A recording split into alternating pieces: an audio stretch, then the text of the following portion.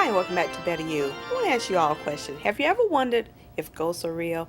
Have you ever wondered, do we have people out there that actually search for ghosts? Well, you're in luck today, because today I have some paranormal investigators here to talk about that. But before we start talking, let's go around and introduce ourselves. Your name, sir? My name is Chris Rushing. I'm the founder and director of State Paranormal Investigations.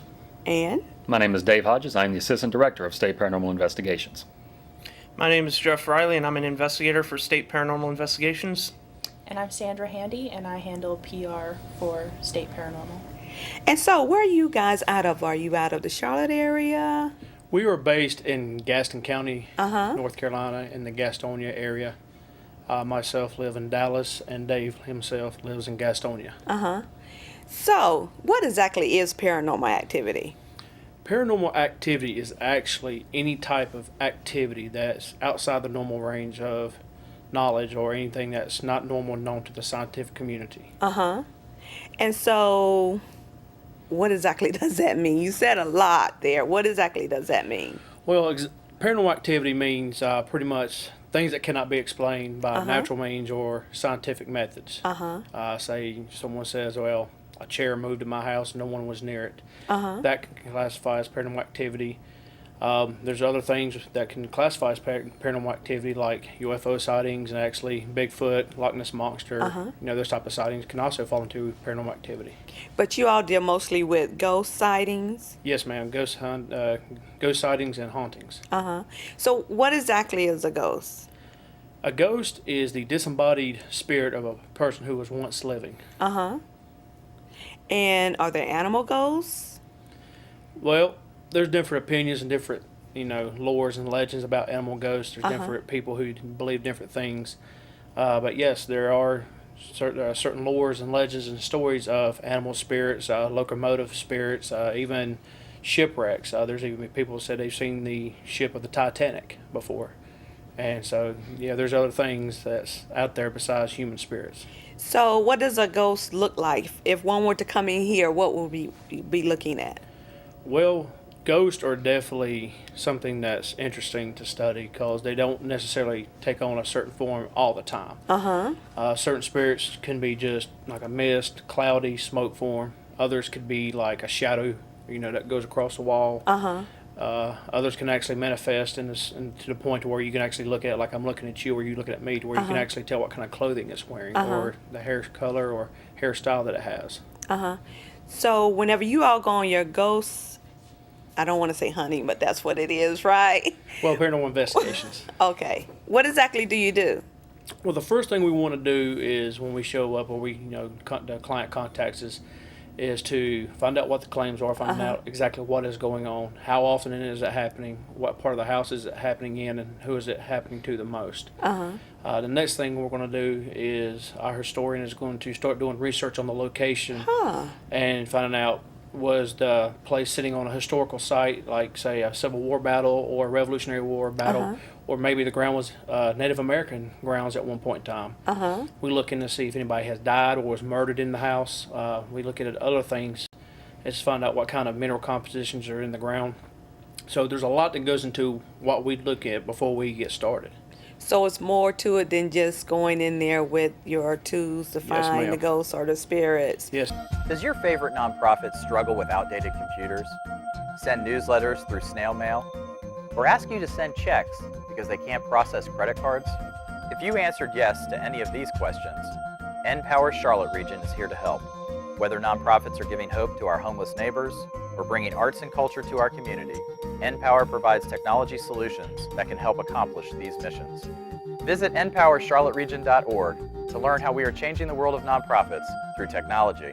The only lady here. Yes. Have you seen a ghost before? I have seen a shadow figure before, and I have heard many disembodied sounds.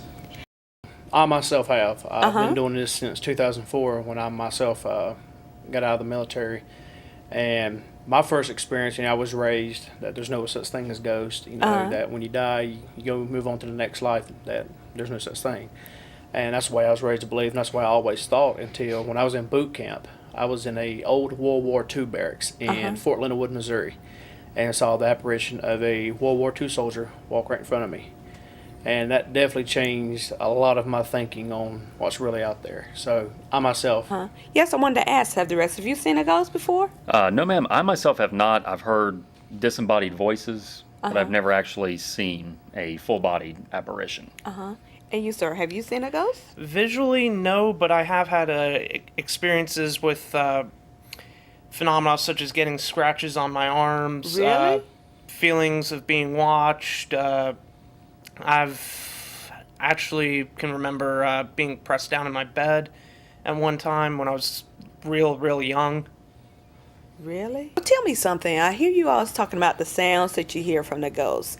What's the difference between the sound of a ghost in a house creaking and groaning from settling? well, that's when the the experience and the years of doing this pays off. Someone who's really new to this field could be easily, tricked to believe that the settling of a house is paranormal activity or noises. But the experience is what really pays for it, because when we hear noises, we don't just automatically say, "Oh, that's a ghost" or whatever. Once we hear a sound, that's why we go investigate it, try to figure out, what we call debunking it. And that's the process of trying to figure out if there's any other type of natural means that could have caused it. It's a hot day, the house is starting to cool off, the old houses, the wood starts popping from heating up all day. Car going down the road, vibrations of the house, us walking, if an investigator's walking down, could that made a vibration to cause something to fall or door open? So there's a lot of then what we do in what we call debunking to distinguish if what we heard was really a paranormal sound or if it was just natural means to what we heard. And so you go into old homes or people's house and you find these spirits. What happens whenever you leave? Because the spirit's not going to leave, right? Well, You're just proving that there's something there. when we leave, when we show up, we don't show up with the mindset of yes there is or no there isn't. We show up with an open mind, and we let the evidence speak for itself and personal experiences that we had the night of the investigation. When we go back and we review all of our video footage, audio footage, like what we captured on our audio devices, we really take the time and look at all the footage, and then once we get done, we go back to the client and say, okay, this is what happened, this is what we caught, this is what we feel is here. A lot of times, Hollywood makes ghosts and spirits seem like they're all bad and they're all scary and they're all here to hurt us, and that's farther from the truth. A lot of times, someone has a ghost in their house or a spirit, it's really not that harmful. They're just there because, they lived there for 60 years and they passed away, and then the house got sold to someone, and that's their home. They don't want to move on because that's all they knew. And so they're just kind of saying, hey, this is my house, don't change it. So they're really not harmful. They're just curious, and they either got a question to ask or they got a mission to accomplish. So a lot of the spirits are not bad. So when we come in, and if the spirit is not bad and we feel that there's no threat, we educate the client on what's going on, educate what they can do to be more at peace with what's going on. We can tell them there is steps they can take that can maybe really help the spirit move on to the next life, i.e. bringing in a priest or a preacher or a clergy of their faith. And once that is done, then we can move on to the next case. Usually, and it's very rare that you come across a demonic spirit. But in those cases, that's when we say, okay, these are dangerous. We need to get a clergy to come in here and help, do a cleansing or a blessing of this area to make this family a lot safer.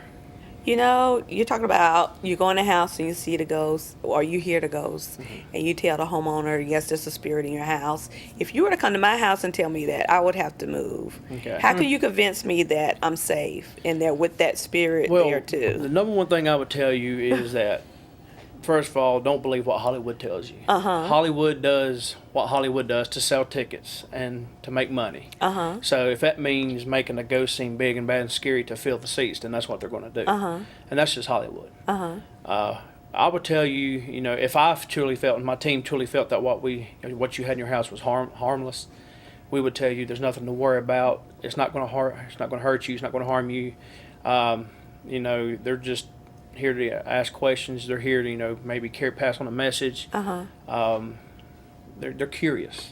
You have nothing to worry about. And I'd also tell you that it's normal to be a little spooked, because after all, we are dealing with spirits. So that's normal. So I would tell you not to worry.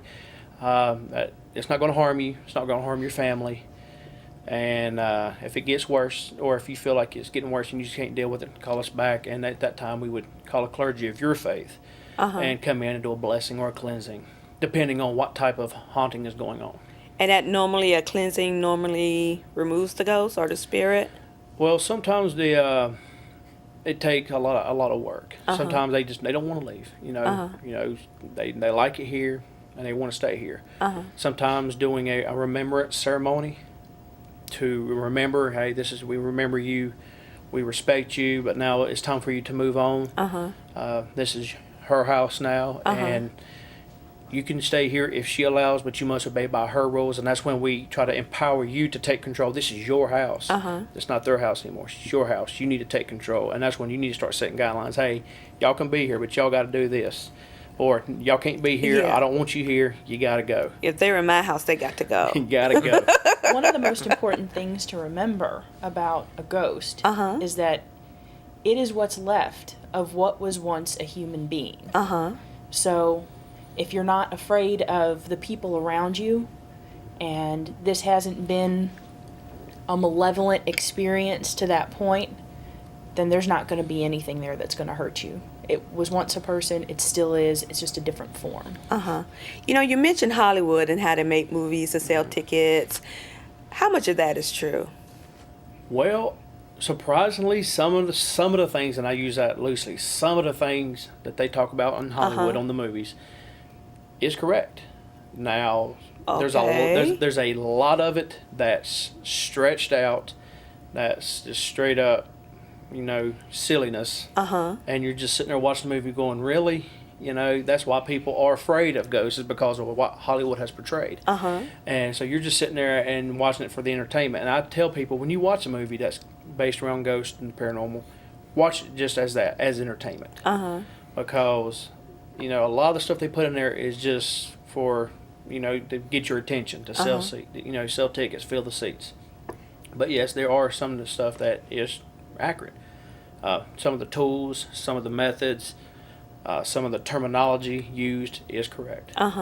So how close is Paranormal Activity, that reality show on TV? Is that pretty much what you all do? You speaking about the movie Paranormal Activity, or as far as shows like TAPS? Oh, the show. I'm sorry. The shows like Ghost Hunters, Paranormal State. Yeah, that's what I'm thinking. What is it? What's the Ghost other one? Adventures. Ghost Adventures. They, that's a lot of what we do. We go in, we talk to a client, we do the historical research, and then we set up our equipment to start doing the scientific portion of it. Filming, audio, EMF readings, tri-field readings, different things like that.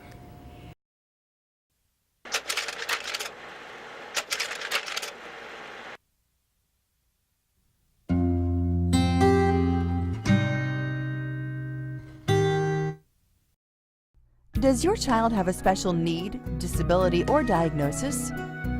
Do you need help finding information, resources, and services? Family Support Network of Mecklenburg County offers support and resources for families who have children with special needs. We'll provide you with information that will help educate you about your child's condition.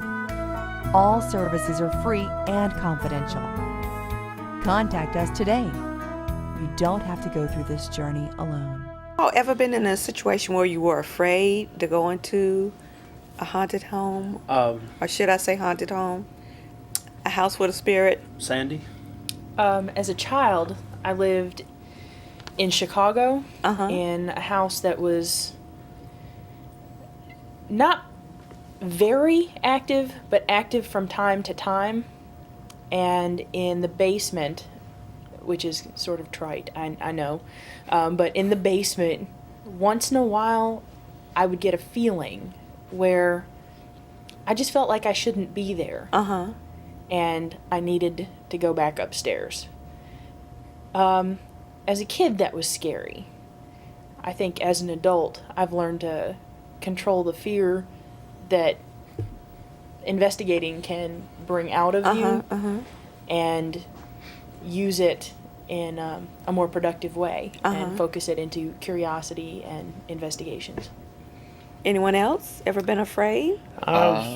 Jeff. I was gonna say, when I first started getting into this stuff, I was a little timid, but the more more I got more into this, I've kind of got more and more curious with it, I guess you could say.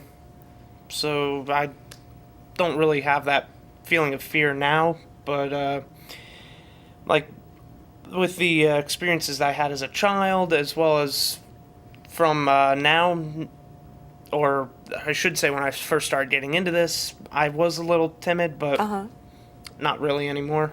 Are you not fearful because you see this as a science now? Yeah, exactly. Myself personally, I'm not really afraid of too much. But there was one case I was working on when I was on a team before I started State Paranormal Investigations. I was on a team and we actually did a case where there was a demonic possession, where a clergyman had to come in to do an exorcism. And that was probably the most scared I've probably been in. I'm a Army veteran, and I was in Iraq, and even that wasn't nothing compared to this, what I went through in this exorcism. It was very scary, items flying off the walls, a little girl with a high-pitched voice talking in a voice deeper than mine and growling. I myself actually got scratched on this arm all the way down by an unseen force. I was in a room by myself and felt a burning sensation on my arm. When I shined the flashlight, I had claw marks all the way down my arm. That was fearful. So people really do get possessed. Yes, It does happen. people can be oppressed and possessed. What's the difference? An oppression is just a force, really acting itself on an individual, making them feeling depressed, hopelessness, their mood swings, they're very irritable, angry, and then they're sad. That's an oppression. They're really putting, an oppression on them. A possession is where they actually take control of the body. So what's the difference between oppression and bipolar? It sounds like the same thing. Well, that's when, like I said, the experience of the paranormal investigator comes in. Yeah, when you start seeing, things presenting itself like that, that's when you have to start saying, okay, is there a bipolar situation going on here, or is there something else? I mean, people think that you just walk in with this equipment and do what you do and go home, and there's so much more to this. You've got to really examine your client and say, okay, are they having an illness, a mental illness, or is this a paranormal event that's happening that's causing them?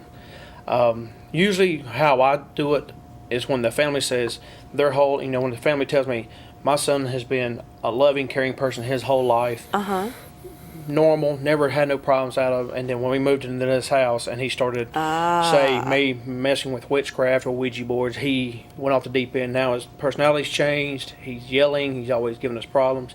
That's when we can say, okay, it's not a mental illness.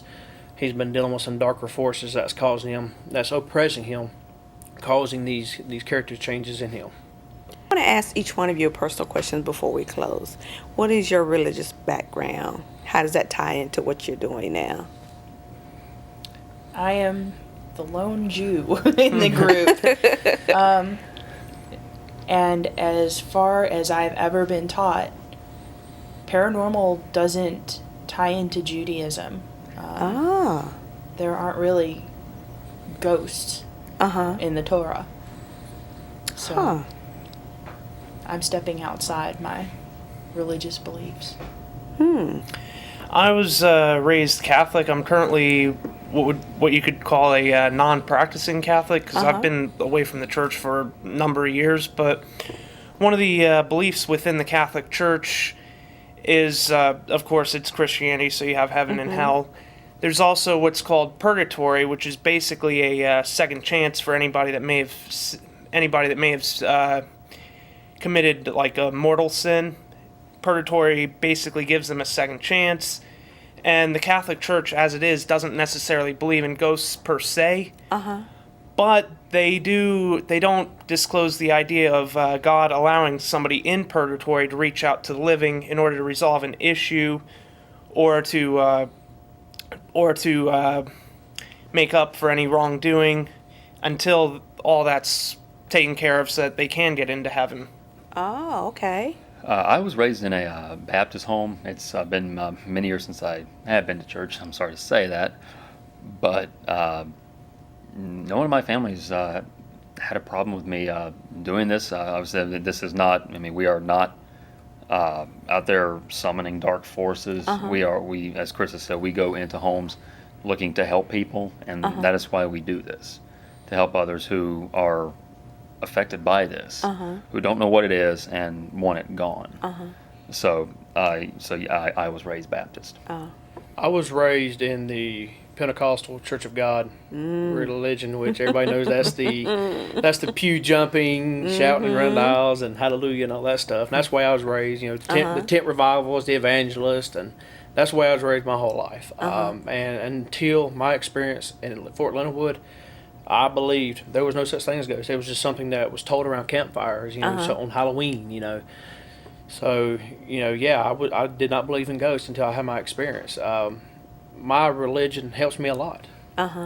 We say prayers as a group before we go in, and we say a prayer after we leave. I say a prayer of protection, that nothing may harm me or follow me home, because in cases these things can follow us home.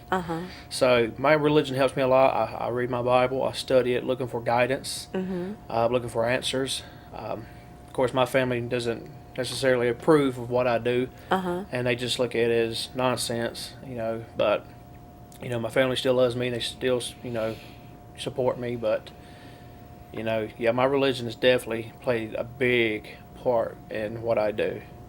It's really played the big part as far as protecting me. I don't let the religion make my final decision. I let my evidence, my personal experience, and my knowledge and all my experience make my final decision on what's going on in the house. You know, and like I said, like Dave said, you know, we're here to do everything we can to help an individual that's having hauntings. Thank you all so much for joining me. Yes, ma'am. I have learned a lot today, and I know my viewers have learned a lot too. You all going to have to come back again. Most certainly. Anytime. Be happy Maybe to. we can follow you on a sighting. We'd be glad to have you guys along. Okay. Thank you so much. Thank you.